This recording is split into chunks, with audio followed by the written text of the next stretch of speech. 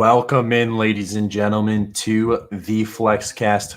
I'm your host, Matty Big Chest, brought to you by Fiji Water and Matt Patricia Clown Shirts. Fire Matt Patricia. And I'm here with my co-host, board-certified doctor of physical therapy, Dr. Kyle. How are you doing?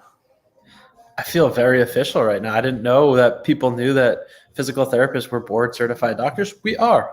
I'm good.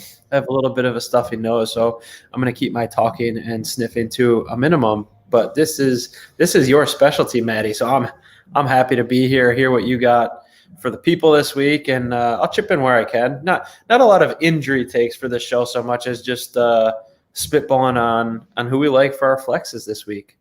Yeah, man. And starting with some questions from some listeners, we have some juicy ones, man. These are some hard answers. These really are really hard to answer. So the first one is one of the hardest ones for me. We have to pick between Damian Harris, DeAndre Swift, and Jonathan Taylor.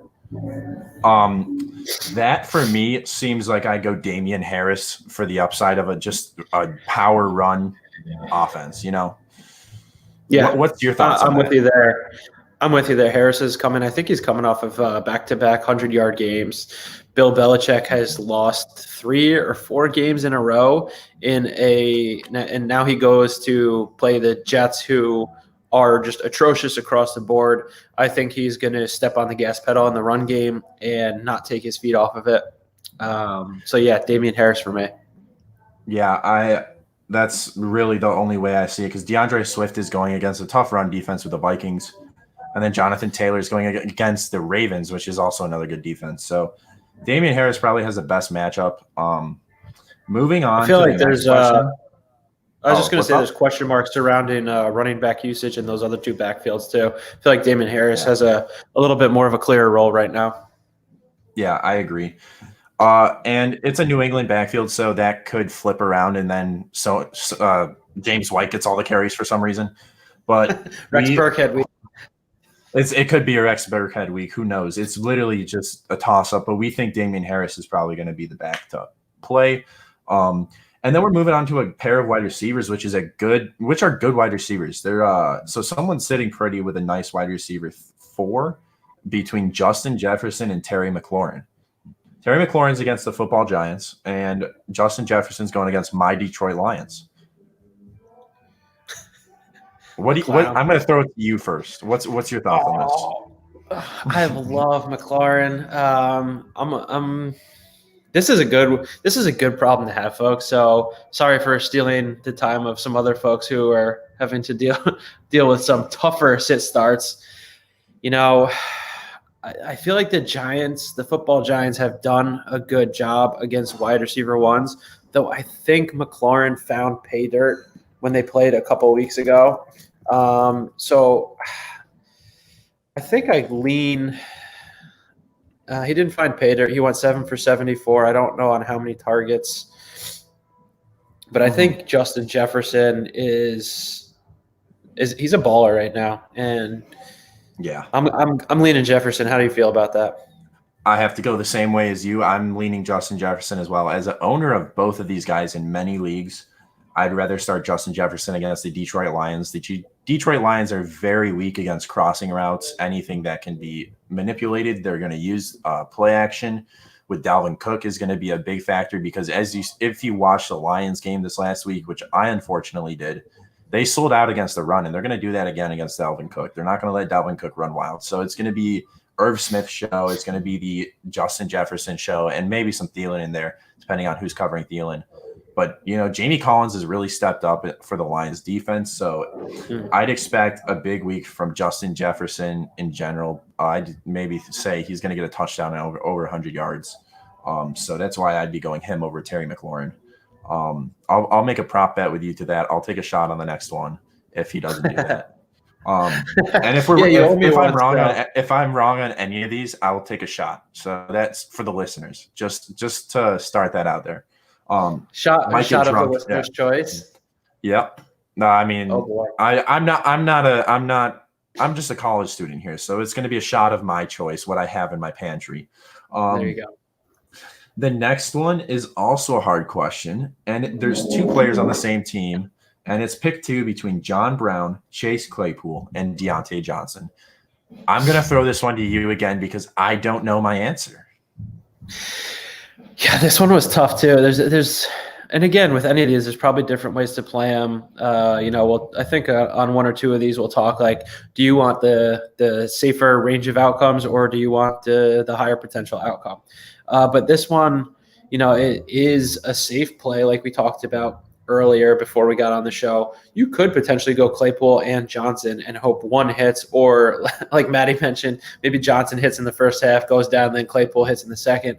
But again, this Steelers team is favored by 14 against this Dallas team, who I don't even think we know the starting quarterback is yet. So I could see the pass offense being scripted out of this. So I would take Claypool as probably the healthier, and they're pretty dynamic, or they like to get him the ball in creative ways. So I lean Brown and Claypool because, any piece of that Bills Seahawks game you can get. Again, that's, the over-under is set at 55. It's going to be in Buffalo this week, which, in New York, it's 65 across the state right now. It's beautiful football weather. So I just expect a lot from that Bills offense, as well as the Seahawks, but we're not talking about the Seahawks right now. What do you think? Yeah. I think the safe play, if you don't need points, if you're not chasing, you go the Chase Claypool and Deontay Johnson stack. You're guaranteed to get production there. Unless Juju Smith-Schuster goes off and just decides to get 16 targets, but he won't. It's going to be one. Yeah, it's going to be one or the other. So if you're just looking for a safe play, I'd say Chase Claypool and Deontay Johnson. But if you don't want to go the two, I'd probably go John Brown and Deontay Johnson, because when Deontay Johnson's in the lineup, he gets the targets. He had absurd, I think Chase Claypool, when Deontay Johnson came back, had almost zero fantasy points on his first game. He had 2. So yeah. I'd probably start Deontay Johnson and John Brown if you're looking for the safe play, but injury could happen, like we've said, to Deontay Johnson, because he has a hamstring. Here's what you're getting with Deontay Johnson. He's played in 6 games this year. In 3 of them, he has 3 targets or less. In the other 3, he has 10 targets or more. Exactly. He's Jekyll and Hyde there. He's night and day difference when he's healthy, though. So yes. A little voice crack there, but he's night and day difference. And if he's healthy, which he's banged up with a hamstring right now, maybe you go Claypool. But yeah, I don't know. It's very hard. And moving on to our next one, which includes Deontay Johnson, pick one between Deontay Johnson and Justin Jefferson. I go Jefferson. Yeah. Yeah, I'd go Jefferson as well. I think that's just an easy selection for me. So we'll move on to the next one because we already touched on Jefferson. Pick one between Dobbins at Colts or Justin Jackson versus the Raiders. This is a tough one because the Colts defense is legit. But Dobbins put up over 100 on the Steelers defense. Right.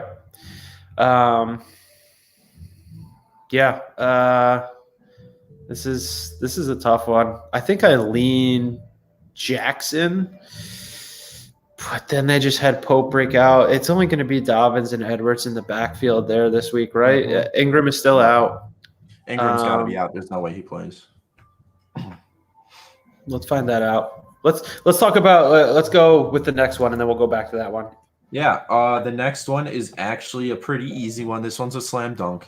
I think it's pretty simple. Pick one between Antonio Gibson versus the Giants and Fournette versus whatever Tampa Bay is playing. I can't remember off the top of my head. I think it's Gibson. He plays New Orleans. Yeah. I like Gibson here too. Defense. Yep. Yeah, Gibson's dynamic. Gibson's very dynamic. The way they use him, he had a long scamper. Yeah, he had a very long scamper where he was lined up to the side with JD in the backfield. So they're going to be using both of them effectively. So I would probably start Gibson. This one comes from a Twitter follower at Dirty1187 said pick one for the rest of the season between Jordan Wilkins, Matt Breida, Gus Edwards, Josh Kelly, Laviska Shenault, Irv Smith, and Denzel Mims. That's a lot of names. Yeah. A lot of names that I don't love for this week. My Yeah. pick one for this week with Myles Gaskin being out for the week and Miami going to Arizona. I think the Dolphins are going to lean on the run game and also probably try and lean on the running backs in the pass game in a game where the spread is 4.5 right now. But if you listen to the Fabulous Big Bet, you might have heard what my Fabulous Big Bet of the week is, and I think Arizona will be running away with this one, and potentially some garbage time running back targets. Still, the Cardinals are going to be throwing it all game long. What are your thoughts there before we talk about rest of the season? I do like the Matt Breida pick. I think that he is the safest play there. Yeah. If you want to get frisky because, Lamar Jackson is a mobile quarterback, they have to account for him. You could go Gus Edwards. But for the rest of the season, I'd probably say Irv Smith if you need a tight end, or Denzel Mims if you need a wide receiver, because I do like Denzel Mims a lot. And I think with him, when Jamison Crowder comes back, I think he'll see even more production because he's not going to get the number one corner. Right. So I'd probably say if you're looking for a safe play this week, Irv Smith would be the safe play. But if you're looking for upside, I think it would be Gus Edwards with that rushing attack. He's the lead back right now with Ingram out, and Dobbins showed out. And he didn't start. So you never know. But Gus Edwards got a couple. I think he got a couple touchdowns. So he's going to be the guy in the red zone. They were both relevant last week. Yeah, they were both relevant last week. But let's go. So going back to Dobbins at Colts or Jackson at Raiders, I think I lean Jackson. I think he's got the clear path to more volume, and I think this Colts defense is now the healthiest it's been since probably week 1 or 2. Getting Darius Leonard, arguably the defensive MVP of the NFL, back, and let's not forget that the Steelers defense suffered the loss of Devin Bush, and I don't know their stats offhand. Since he went down, but I could see the Colts presenting more of an issue for Dobbins than the Steelers. And last week Justin Jackson had 17 rushing attempts and 5 targets. Like that's running back 1 volume right there.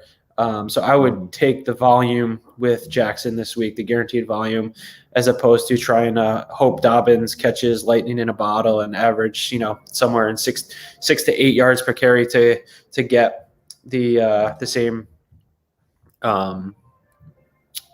total yardage as Jackson can get with his guaranteed volume. I agree. I have to agree with you there. The Raiders do not have defensive tackles. They're playing defensive ends at D tackle, basically. So I would probably go Justin Jackson as well and see him get 5 yards per carry.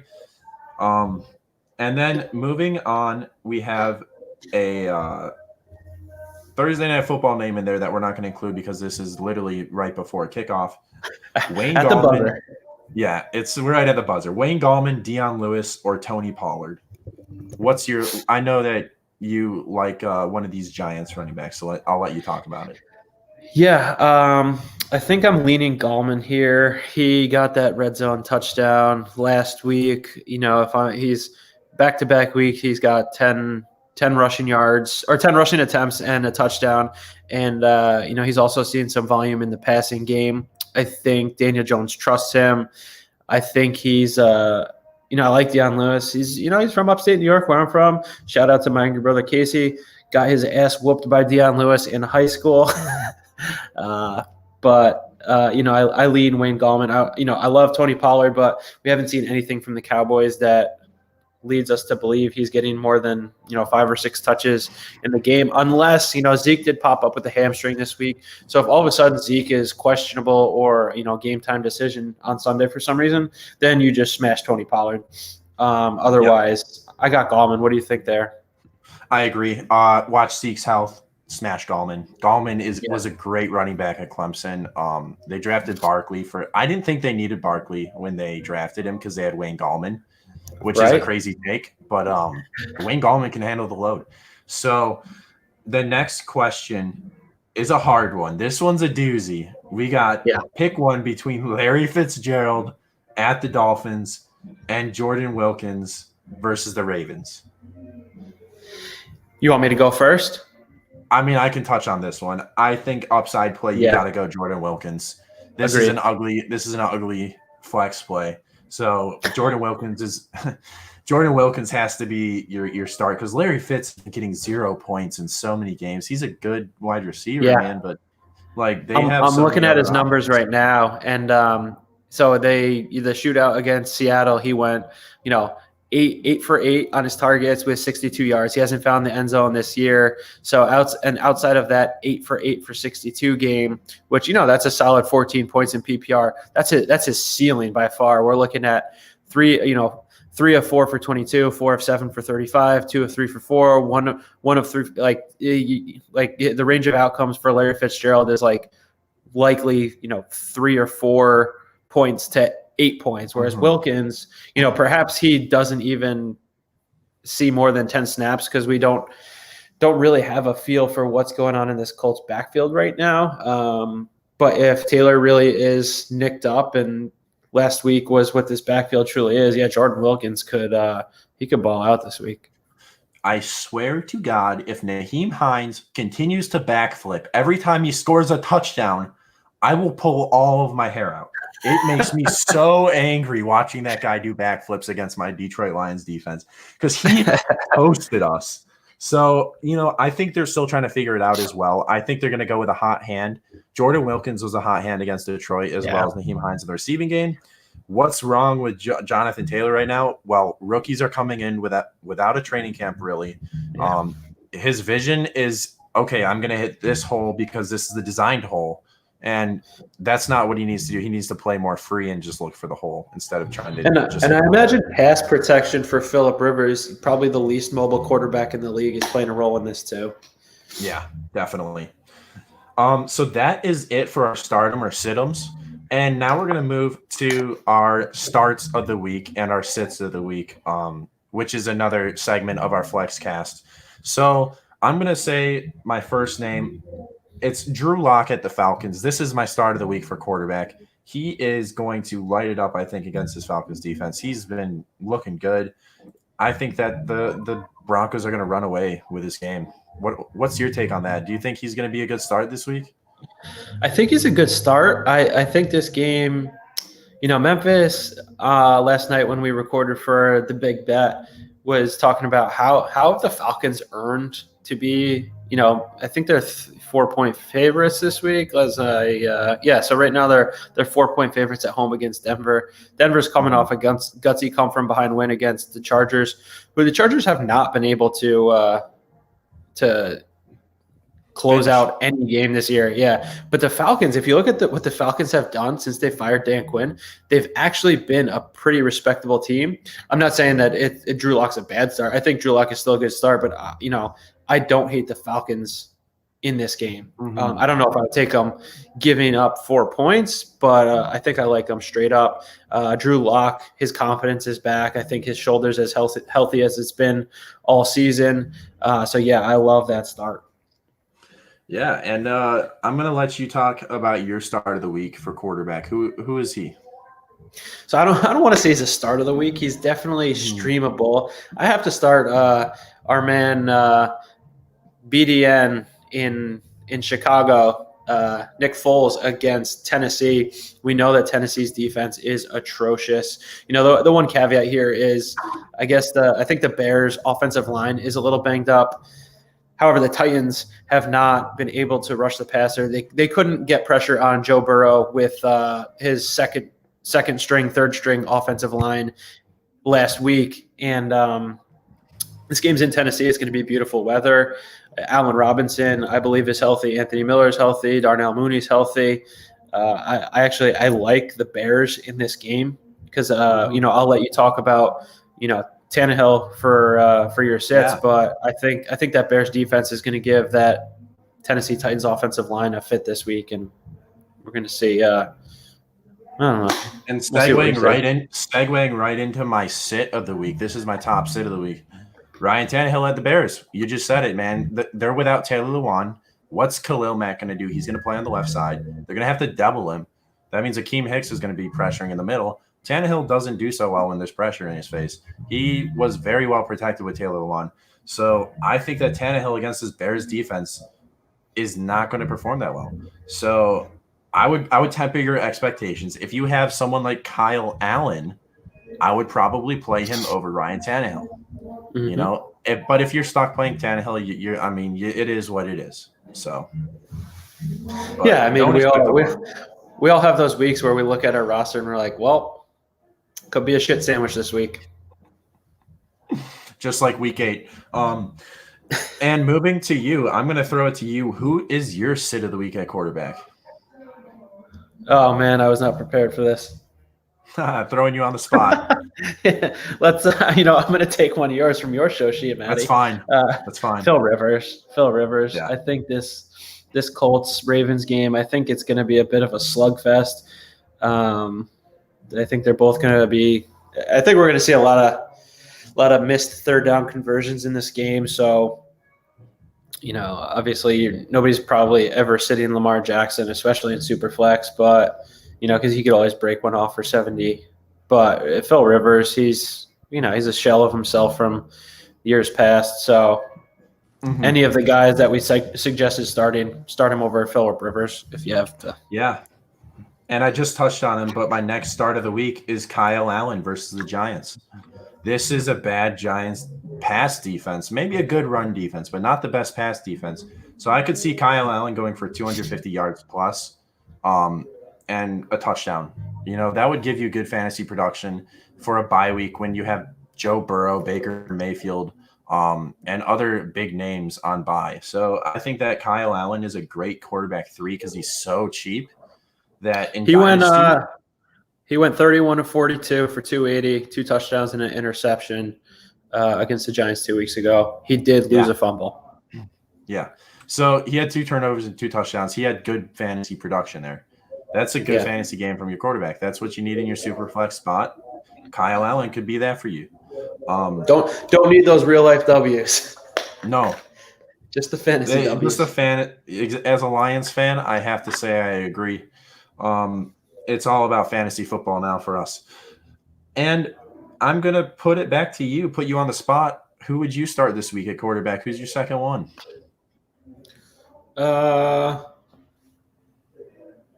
Give me Derek Carr against the Chargers. I like that. Like we talked about, like what games every quarterback has looked good against the Chargers, I think, so far. Yep. The Chargers defense has let up so much. Like Drew Brees, Tom Brady, they all came back. And they just traded King. They just traded their top cornerback King to the Tennessee Titans. So he won't be playing this week, but right. But Carr lighted up, I think, against the Chargers. Expect nice play from Hunter Renfrow. Expect nice play from Henry Ruggs. Those are some guys that I'm flexing this week. Let's go. Get those Raiders in there. And then my next sit of the week is Teddy Two Gloves at the Chiefs. I think that the Chiefs defense has vastly improved this year. Yes. You have to account for Chris Jones. He's the second best interior defensive lineman in the NFL. He's getting to the point where I'm putting him as like 1A Aaron Donald, 1B Chris Jones because of how disruptive he is. He makes people move out of the pocket, and Teddy's not going to have time in the pocket against like the likes of Frank Clark and Chris Jones. So I'm going to sit Teddy Two Gloves if I can. Yeah. He got off to a hot start, but he hasn't been that hot the past few weeks. And he got, he left that game last week with a neck injury. We don't know the severity or we don't know the lingering effects of that. I'm sure he's going to play. I don't think he's on the injury report, but that doesn't mean he won't be a little gun shy or, whatever the immeasurables are there. Yeah, I agree. And I'm gonna take the next one because this is kind of just an easy one to say. Justin Herbert versus the Raiders. Raiders defense is porous. Raiders defense is lacking cornerbacks. Raiders defense is not that good. Herbert's probably going to throw 300 to 400 yards and 3 to 4 touchdowns. They're going to be in a shootout. I think the Raiders versus Chargers is going to be a shootout. Expect both quarterbacks to be starts this week.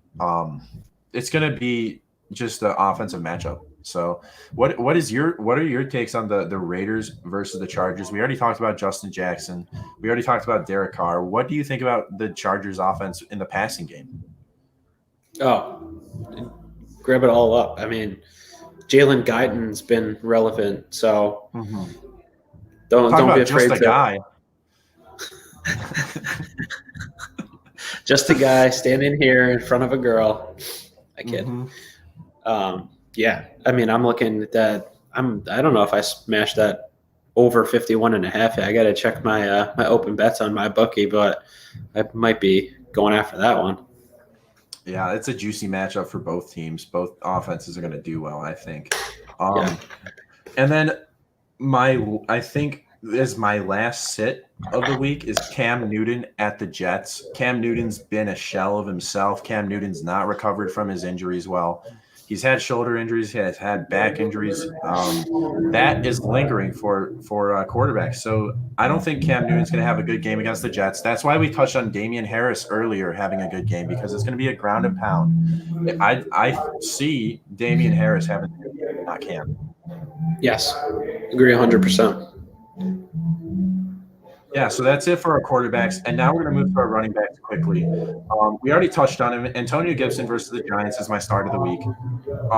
And then I'm going to throw it to you for this next one. It's Chase Edmonds versus the Dolphins. Tell me what you think about Chase Edmonds.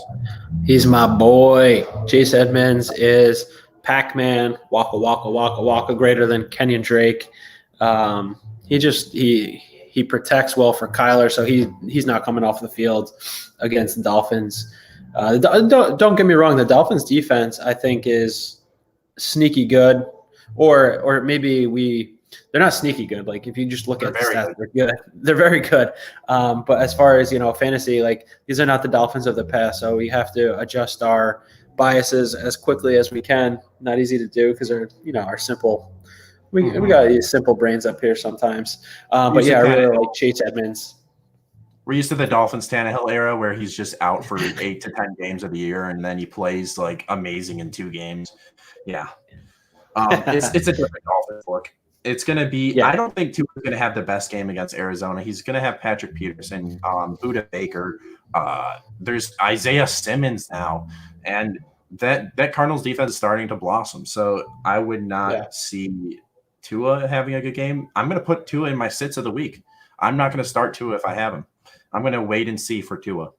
But moving on, I like Chase Edmonds a lot too. They need to use him. Kyler Murray's a running quarterback, so he's going to open lanes for Chase.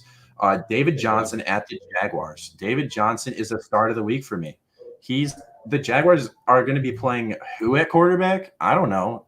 Jake Luton, I think his name is. Jake, give me the mutton Lutton. Yeah. So David Johnson. Jake good for nut and Lutton. There we go. That's a good one. That's a good one, Kyle. I like that. That should be a shirt. David Johnson at the Jaguars I think he's going to have a good game. I see them controlling the clock using David Johnson. He looks good this year, man. He's had a little resurgence. He's not so slow like we thought he was when he took that Arizona catch.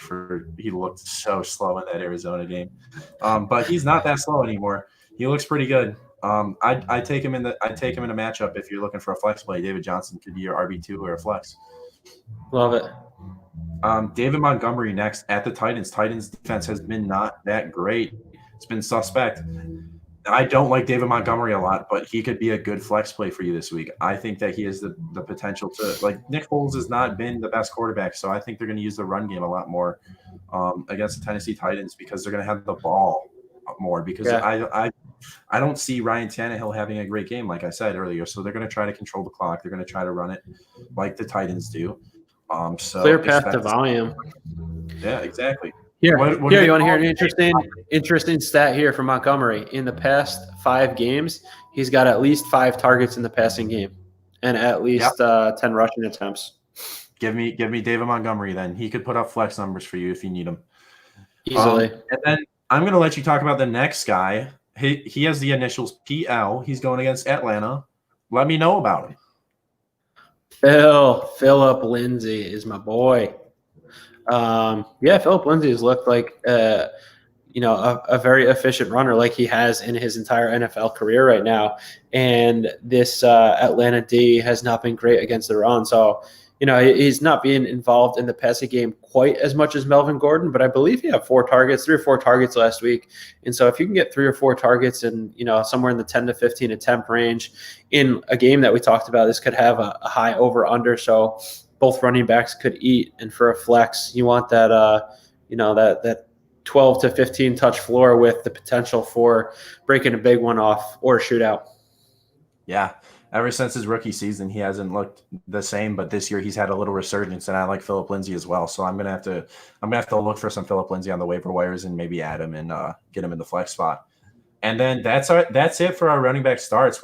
We have 3 names on the running back sit list, and it's Todd Gurley at the versus the Broncos. It's not a great game for Todd Gurley, I think, this week. The Broncos' run defense has been pretty good this year. I don't think he's going to have the touchdown like he did against the Detroit Lions where he fell into the end zone and gave them the game. So I'd be sitting Todd Gurley. I'd be nervous about him. Do you agree with that, or am I crazy? No, I'm with you. He's he's a very touchdown dependent guy in fantasy this year because he's not. He only had 46 rushing yards last week, 63 the week before, 47 before that. His target share, he's 3, 4, 0, 5, 1, 2, 0. He's not being leaned on in the passing game like he has in the past. And again, this Broncos defense. And then, I think he took himself out of the game last week against Carolina. And Brian Hill, I hate to say it because I hate to say this, but I traded for Todd Gurley in my home keeper league. I got him for great value, but I have questions about his durability at this point. Did you listen to Jerry on that one? Jerry said on the Dynasty War to buy Todd Gurley if you're a contender for a late first. That one could backfire on you. But my next sit of the week is Jonathan Taylor versus the Ravens. We talked about this already. Naheem back-flipping Hines, man. The Ravens defense is good. I wouldn't be starting Jonathan Taylor this week. I'd be looking for a different option if you can. But if you start playing, cool. Like, it's Jonathan Taylor. He could easily have a good game. Like, we never know with Jonathan Taylor right now. We're waiting for him to show some consistency before we start to play him. So that's my take on Jonathan Taylor. And then the next one is Ezekiel Elliott versus the Steelers. Ezekiel Elliott showed up on the injury report, and he's playing the Steelers, which is like the number 1 defense in the NFL. Bud Dupree, TJ Watt, both great outside linebackers. Are going to shut down the outside zones. He's not going to have, I think, any screen production. I mean, it's Cooper Rush at quarterback. I met Cooper Rush at a party once. That was pretty cool. But yeah, just throw that in there. He's very redheaded. So we'll see if Cooper Rush can do anything effective, but I doubt it, man. He was a really good high school quarterback, I'll tell you that. But that's why he's in the NFL. So I'm sitting Zeke this week where I have him. I'm sitting him for Naheem Hines. And Zeke hasn't been great most of the season. And look, I know we have small sample sizes with guys in the NFL who are playing after COVID, but Zeke tested positive. We don't know what these elite athletes, the repercussions of the COVID, the vid, is having on these guys. Memphis and I did touch on it with Cam.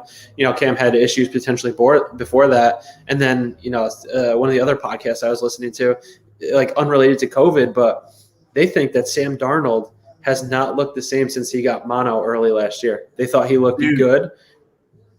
He's a year removed from that. I had mono and I was hospitalized for it, similar to what Darnold was. It can really affect your body. It affects your immune system. My immune system has not been the same since I had it. So maybe it's just his immune system that's throwing him off and he's still waiting to get healthy from it. But I think Sam Darnold's looked okay this year. I think he's a trade target for dynasty leagues because he's not going to be in New York next year. He's going to be in probably San Francisco or another team that can't draft a quarterback because they're going to be picking too high. So look for him to move to a new team.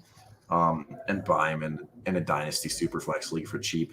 So Yeah. that's it for our running backs, man. We have one more position to hit because we're not touching on the tight ends. We're going to wide receiver. My start Tight of end's the a week. dumpster fire. Tight end is so bad, dude. I can't give you streaming options. That's a Joshua Dysinger. You can follow him on Twitter at Big Dog. He's a great tight end ranker. But my start of the week, Detroit Lions, Marvin Jones. He's going to have 2 touchdowns and like 150 yards against the Minnesota Vikings because that's what he does against the Minnesota Vikings. He's consistently scored against the Minnesota Vikings, and he's going to do it again because the Vikings don't have the best defense. No, I love that.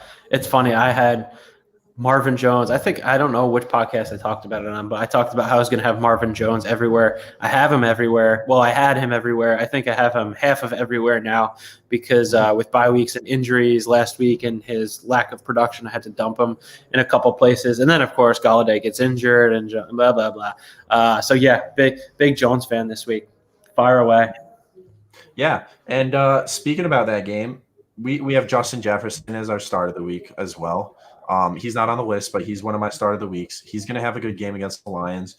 Expect him to put up godly numbers again. He's having a great rookie season. He's on pace to break 1,000 yards, which is huge for rookie wide receivers, a benchmark, if you could say, to show stardom. So my next one after Justin Jefferson is another rookie wide receiver, Jerry Jeudy. He's playing the Falcons. There's no Cortland Sutton. Drew Lock, I think, is my start of the week for quarterback. So who's going to be his receiving option? Probably his tight ends and Jerry Jeudy. So I see Jerry Jeudy having a nice game. I see him having over 50 yards and a touchdown. He's a good flex play. He's a good wide receiver 3. You know, he probably is your wide receiver 3 if you have him and need a flex. So 10 targets last week. 10 targets last week. Locke is looking healthy again. So maybe there's a relationship building there, a rapport. I like it. Yeah. And moving on to our next one, Antonio Brown versus the Saints. Tom Brady loves Antonio Brown, man. This is a risky call. But the blonde mustache strikes again. He's back in the NFL. He's, 34 years old, 32, 33 years old. I think he's a route runner. He's a route runner. He's not a speed guy. He's never been a speed guy. So Antonio Brown's going to be a slot. He's going to be in the slot with, I think, Chris Godwin if he's playing. Expect Antonio Brown to have good numbers against the Saints defense because Tom Brady loves him. You know, he's going to have it. I think he's going to have a touchdown this week. So, you know, that's going to be my last start of the week at wide receiver. So what do you think about Antonio Brown? Is that too risky for you? So I'm trying to it's definitely risky, but I wish I could see. So I'm on profootballreference.com, and I can only see his stats for the year last year, so I don't have the game breakdown. I'm wondering how many offensive snaps he played in that game last year. If I can find it before we close out, I will. But he had 8 targets and 4 receptions for 56 yards and a touchdown in the only game he played for New England. So Tom Brady came out firing right away, right before Antonio Brown got fired. And I bet he probably didn't even play 25 snaps in that game. So you're not going to need to see him on the field a lot for him to, be fantasy relevant. He might be crazy in the head, but he's a crazy good football player still. So I'd be starting him just because of his route running ability. He's going to be getting open in zone coverages against the Saints. What really killed the Saints against the Lions was slants, and Texas routes. So expect over the middle passes to Antonio Brown. And speaking of over the middle passes, this is your wide receiver start of the week at the flex, and he's consistently on the Flexcast. You talk about him because I'm tired of it. He ain't no measly. He's Cole Beasley. The one and only. The Bills. Yeah. The Bills are playing this terrible Seattle Seahawks defense. Get as many pieces of this game as you can, and in DFS, get the cheap ones. Stack Josh Allen with him if you gotta. Big fan of Cole Beasley this week. Yeah. And now we have our sits. This is brought to you by Fire Matt Patricia and Viridian Global. Darius Slade is my number 1 sit of the week. He's playing the Washington football team. Sorry, I had to correct myself there. The Washington football team's front 7 has been amazing. Matt, they're the Washington Red football team. They wear that color red. They're the Washington Red football team. I was going to say the Red Tails. But it's the Washington football team's front seven that gives me scares for playing Slayton, because Daniel Jones is not good at facing pressure. He's not good at knowing when to get rid of the ball either. He takes a lot of sacks. He fumbles a lot. So expect the Washington football team to have the ball a lot off of turnovers. So and he's inaccurate downfield, and that's how they use Slayton. Yeah. And Daniel Jones, a good quarterback, but he tries to do too much. That's what it is really with him. He needs to be more of a game manager than trying to force passes down the field. He should be using his legs a little more, but that's just me. I'm not a big fan of Darius Slayton this week. And another wide receiver who's a big name that I'm not a fan of is DJ Chark. Who's passing to him again? Mike Luton? Yeah, whatever it is. Yeah, this is not a sexy matchup. It's not a good matchup for him. The Jaguars are going against the Arizona Cardinals defense. So that's Patrick Peterson, Buda Baker, that we already said. So there's two good defensive backs, and Byron Murphy's starting to show out as a defensive back as well. So I don't see DJ Chark having a good game. I'm going to correct you there, Matty. Chark is playing the Texans, but Texans are coming off of a bye, and I think the weather is supposed to be a bit trash, like typical Florida thunderstorms. So keep an eye on that one for the game in Jacksonville this week. But yeah, again, rookie quarterback. I think the Texans front seven is going to have their most productive game this year, and make his welcoming party to the NFL memorable for the wrong reasons. Yeah, it's not going to be pretty. I think they're going to go back to Minshew pretty quick. Yeah, I think Minshew's the best quarterback in that room. I don't know why they're benching him. Probably just out of frustration. No, he's got a thumb injury. So he came out last week or two weeks ago after the Chargers game, because he was airmailing balls, that he had been battling a thumb injury that he wasn't telling anybody about, I think since week 2 or 3. Because remember, week 1, he went 19 for 20 against the Colts, and the Jaguars upset the Colts. Okay. And then all of a sudden he just couldn't hit his receivers. I don't know how you go from 95% accurate to missing all over the field, and come to find out. So he's not actually healthy this week. This is why I imagine. Yeah. You get to talk about the injury stuff that I don't know about, because I did not know that Gardner Minshew had a thumb injury. So thank you for telling me. Board certified over here. Exactly. So DJ Chark is a sit for me. Going on to my next one, who's a hybrid player. Curtis Samuel versus the Chiefs. He's the sit for me as well. Curtis Samuel had a great game this last week, but don't expect him to have another one. He's so streaky. He's inconsistent. I name him Mr. Inconsistent because he loves to get your hopes up, man. Like, that dude just plays so well, and then he goes off and puts a donut up. So, why would I want to start Curtis Samuel this week when there's DJ Moore and Robbie Anderson on that team?